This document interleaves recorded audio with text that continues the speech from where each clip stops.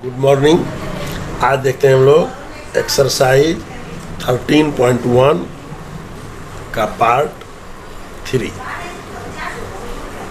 Part 2 में हम लोग क्वेश्चन नंबर 5 तक देख चुके थे। अभी देखते हैं क्वेश्चन नंबर 6। अब देखिए 6 में क्या कहा है। दवा का एक कैप्सूल, ये देखिए कैप्सूल का आकार दे रहा है, बेलन के आकार का है, दोनों सिरे पर अर्धगोला बना हुआ है। क्लियर दिख रहा है, यहाँ से बेलन है, अर्धगोला है। पूरे कैप्सूल की लंबाई 14 मिलीमीटर है और उसका व्यास 5 मिलीमीटर है। तो पृष्ठ क्षेत्रफल क्या कीजिए। पहले देखिए इसका एक चित्र बनाइए। और यहाँ पर एक अर्धगोला लगा हुआ है, यहाँ पर भी एक अर्धगोला है। ये व्यास है इसका, अर्धगोला का भी और बेलन का भी। ठीक है, ये देखिए। तो देखिए बेलन और अर्धगोला की त्रिज्या बराबर 5/2 mm। ध्यान से देखिए 5 mm व्यास दिया हुआ था। तो यहाँ देखिए दवा का कैप्सूल बेलन के आकार का व्यास है 5 mm और पूरे कैप्सूल की लंबाई यहाँ से यहाँ तक भाग है। ये पूरा लंबाई है आपको 14 मिलीमीटर। तो देखिए बेलन की ऊंचाई यानी h बराबर कितना हो जाएगा, पूरे 14 माइनस इधर भी त्रिज्या है, इधर भी त्रिज्या है, तो 2 गुना 5/2। तो बराबर कितना हो गया, 14 - 5 यानी 9 mm। ये निकल गया, त्रिज्या हो गया r बराबर इतना। ये दोनों चीज निकल गया। अब करना क्या है, पृष्ठ क्षेत्रफल निकालिए। कैप्सूल का पृष्ठ क्षेत्रफल। क्लियर है कि वक्र पृष्ठ क्षेत्रफल निकलेगा। तो एक तो होगा बेलन का वक्र पृष्ठ क्षेत्रफल जोड़, दोनों तरफ 2 अर्धगोला है, तो 2 गुना अर्धगोला का वक्र पृष्ठ क्षेत्रफल। अब दे दीजिए मान। बेलन का वक्र पृष्ठ क्षेत्रफल का फॉर्मूला क्या होता है, 2πrh प्लस 2 गुना अर्धगोला का क्या होता है, वक्र पृष्ठ क्षेत्रफल 2πr²। तो अब देखिए इसको थोड़ा सा और छोटा कर लीजिए। 2πrh प्लस 4πr² बराबर हो जाएगा 2πr कॉमन हो गया, 2πr कॉमन, तो यहाँ h प्लस यहाँ बच गया 2r। ये अंतिम बचा। अब इसे मान दे दीजिए 2 गुना, यहाँ पर पाई का मान नहीं दिया है इसलिए 22/7 गुना r का मान यहाँ देखिए 5/2 और h का मान कितना निकला 9 प्लस 2 गुना 5/2। 2 से 2 कट गया, इस 2 से ये 2 कट गया, तो क्या बच गया 110/7 जोड़ या 9 जोड़ 5 और 5 14 और यहाँ जोड़ नहीं, यहाँ गुना 7 दूनी 14। तो 102 देखिए ये हो गया 220 mm²। ये आपका हल हो गया क्वेश्चन नंबर 6 का। ये खत्म हो गया। अब देखते हैं क्वेश्चन नंबर 7। कोई तंबू एक बेलन के आधार का है, आकार का है, जिस पर एक शंकु अध्यारोपित है। यदि बेलनाकार भाग की ऊंचाई और व्यास क्रमशः ना और इतना है तो शंकु की तंबू आने लगे। कैनवास का क्षेत्रफल ज्ञात कीजिए, साथ ही 500 रुपया प्रति वर्ग मीटर की दर से प्रयुक्त कैनवास की लागत भी ज्ञात। चलिए इसको पहले देखते हैं। एक चित्र देखिए, इसका चित्र हो जाएगा क्वेश्चन नंबर 7। पहले एक बेलन ले लीजिए, ये बेलन हो गया और इस पर एक शंकु इस तरह का एक घर बनाए हुए है।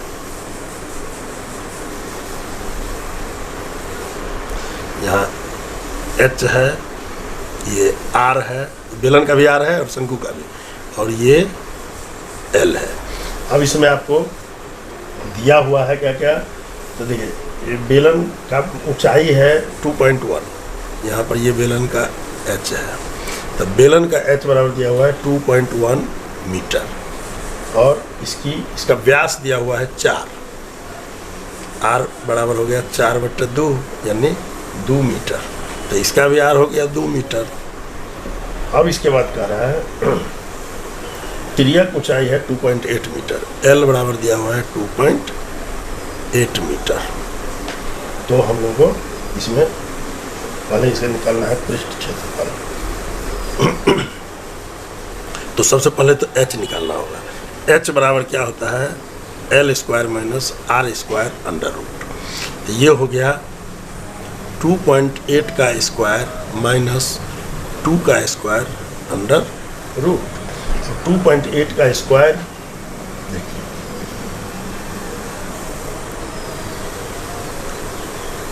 लेकिन इसमें जरूरत पड़ेगी तब निकाल लेंगे, अभी रुकिए, इसको कैलकुलेशन बाद में कर लेते हैं। अब पहले देखिए तंबू का वक्र पृष्ठ क्षेत्रफल बराबर, नीचे एक है बेलन का वक्र पृष्ठ क्षेत्रफल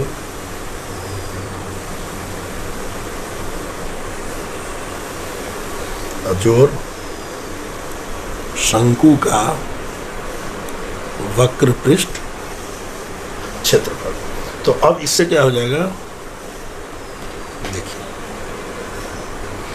तो बेलन का वक्र पृष्ठ क्षेत्रफल 2πr h, यहाँ कैपिटल एच हम लोग इसका माने हैं, चलिए, प्लस शंकु का वक्र पृष्ठ क्षेत्रफल हो जाता है πr/l। इसको थोड़ा सा और कॉमन कर लीजिए, तो देखिए पाई आर कॉमन है दोनों, तो पाई आर कॉमन ले लीजिए, तो यहाँ 2h + l मान दे दीजिए 22/7 गुना आर का मान है 2, यहाँ देखिए 2 गुना h है 2.1 प्लस l दिया हुआ है 2.8। अब आ जाइए, देखिए 44/7 गुना, यहाँ देखिए 2.1 गुना 2 तो 4.2 + 2.8, ई बराबर हो गया 44/7 गुना, जोड़िए 7 से 7 कट गया तो बच गया 44 मीटर स्क्वायर। एक हल ये हो गया, मतलब लगने वाले कैनवास का क्षेत्रफल ये होगा। अब 500 रुपया प्रति मीटर के दर से 44 मीटर कैनवास की कीमत बराबर 500 गुने 44 बराबर हो जाएगा 220, इतना रुपया इसका लागत है। और ये क्या है, कैनवास का क्षेत्रफल। तो एक आंसर ये हुआ और एक आंसर हमारा ये हो गया। तो ये हुआ क्वेश्चन नंबर 7। अब देखिए क्वेश्चन नंबर 8। ऊंचाई इतना और व्यास इतना दिया हुआ है, एक ठोस बेलन में इसी ऊंचाई और इसी व्यास वाला एक शंक्वाकार खोल काट लिया जाता है, गड्ढा बना दिया जाता है। शेष बचे ठोस का निकटतम वर्ग सेंटीमीटर तक पृष्ठ क्षेत्रफल ज्ञात कीजिए। चलिए देखिए इसका हम बनाते हैं चित्र। पहले चित्र देखिए क्वेश्चन नंबर 8। अब इसमें देखिए एक बेलन है,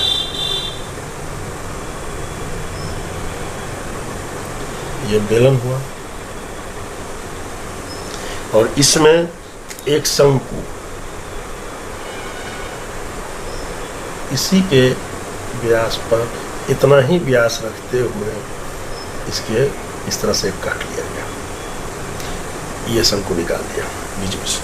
तो अब कह रहा है, इसे मान दिया हुआ है कुछ, शंकु जो है ऊंचाई है 2.4, ये है h का मान है 2.4 सेंटीमीटर और इसके बाद इसका व्यास दिया हुआ है 1.4 सेंटीमीटर। ये जो है ना त्रिज्या r बराबर है 1.4/2 व्यास था ये हो गया 0.7 सेंटीमीटर। इसके बाद हो गया, ये मान दिया हुआ था। अब इससे हम लोगों को निकालना है इस ठोस का वक्र, जो बचा हुआ ठोस बचा, तो इसमें क्या होगा, देखिए बेलन का वक्र परिक्षेत्रफल ले लेंगे, बचे हुए ठोस का परिक्षेत्रफल बराबर क्या हो जाएगा, तो इसमें इसका बेलन का वक्र पृष्ठ क्षेत्रफल प्लस इसलिए होगा ये इसका भी तो ऐड ही ना होगा, सतह पहले तो खाली था, अब ये ऐड हो जाएगा। शंकु का वक्र पृष्ठ क्षेत्रफल इतना हो गया। और इसके बाद नीचे तो पेंदी है, तो ठोस का क्षेत्रफल नीचे का पेंदी आ जाएगा, तो प्लस वृत्त का क्षेत्रफल। ये वृत्त क्या है, बेलन की पेंदी, उसका क्षेत्रफल चाहिए। तो अब ये इस प्रकार से सबका मान दे दीजिए। बेलन का वक्र पृष्ठ क्षेत्रफल 2πRh, ठीक है। शंकु का वक्र पृष्ठ क्षेत्रफल, तो इसका हो जाता है πRl प्लस वृत्त का क्षेत्रफल, या प्लस है, ये वृत्त का क्षेत्रफल πr²। अब इस प्रकार से चलिए थोड़ा सा और छोटा कर लेते हैं, πr दोनों में कॉमन है, तो 2h plus l plus r का मान दे दीजिए। यहाँ पर भी कोई पाई का मान नहीं है, इसलिए देखिए 22/7 गुना r का वैल्यू है 0.7 और 2 गुना h दिया हुआ है 2.4 प्लस, अब यहाँ पर 2.4 और l का मान तो निकालना, चलिए l का मान निकाल लेते हैं। l बराबर h² जो r² अंडर रूट, ये हो गया 2.4 का स्क्वायर प्लस 0.7 का स्क्वायर अंडर रूट, तो ये हो गया 2.4 है तो 5.76 प्लस ये हो गया 0.49 का अंडर रूट, तो ये बराबर हो गया 6.25, जोड़ दीजिए 9 ये बराबर हो जाएगा 2.5 सेंटीमीटर। ये इसका निकल गया एल का वैल्यू। अब इसमें एल का मान दे दीजिए, एल का वैल्यू हो गया 2.5 और प्लस आर का वैल्यू कितना हो गया 0.7, ये मान हो गया। अब इसको हल कर देना है सिंपली, यहाँ पर बटा 10 कर दीजिए, नहीं हट जाएगा, तो 7 खत्म, ये 5 बचा, ये 11 बचा।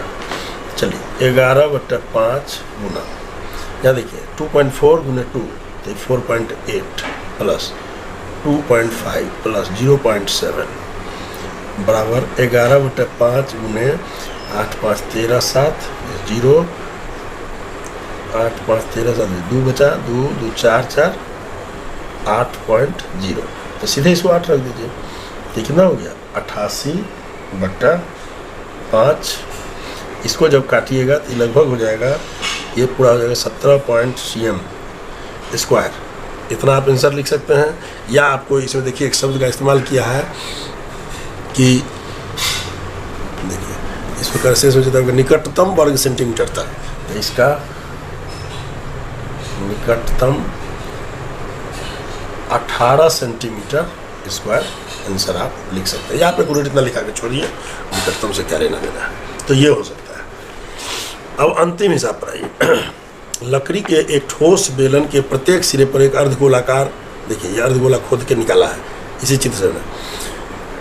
यदि बेलन की ऊंचाई 10 सेंटीमीटर, यहाँ से यहाँ 10 सेंटीमीटर है और आधार की त्रिज्या 3.5 है, तो इस वस्तु का संपूर्ण पृष्ठ तो बहुत ही आसान से दिया हुआ है, बहुत सिंपल है, देख लीजिए 9वां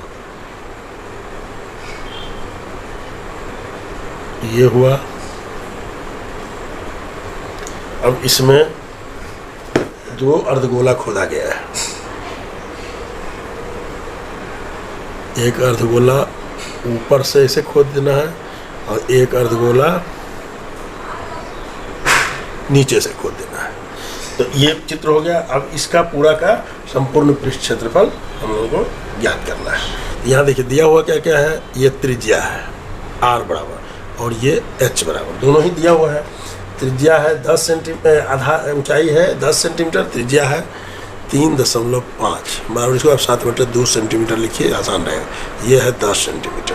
तो इसमें हम लोगों को संपूर्ण पृष्ठ क्षेत्रफल निकालना है।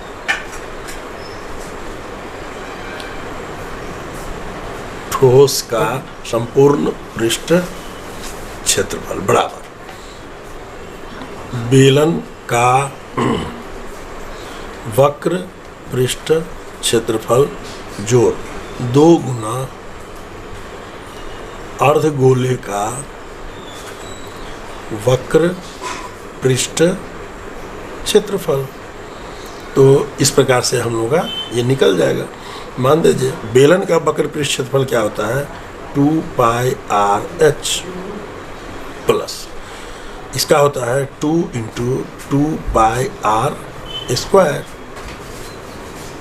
बराबर 2πRh प्लस 4πr² बराबर 2πr कॉमन ले लीजिए तो 2h प्लस 2πr कॉमन ले लिए तो यहाँ पर सिर्फ h प्लस यहाँ पर 2 और r, ये मान बचा। अब सबका मान दे देना है। तो देखिए 2 गुना पाई का मान दे दीजिए 22/7, r का मान यहाँ देखिए 7/2 और h का मान देखिए 10 जोड़ 2 गुना 7/2, 2 से 2 कट गया, यहाँ देखिए 7 से 7 कट गया, इससे ही कट गया, क्या बचा 22 गुना यहाँ पर बचा 10 जोड़ 7 17। तो 22 में 17 कितना हो गया, 34 374 सेंटीमीटर स्क्वायर। ये आपका हल हो गया। तो इस प्रकार एक्सरसाइज 13.1 समाप्त हो गया। अब हम लोग मिलेंगे अगले एक्सरसाइज में। तब तक आप सारे सवालों को बार बार बनाते रहिए। कोई प्रॉब्लम हो तो कमेंट सेक्शन में कमेंट कीजिए, लाइक शेयर करते रहिए। धन्यवाद।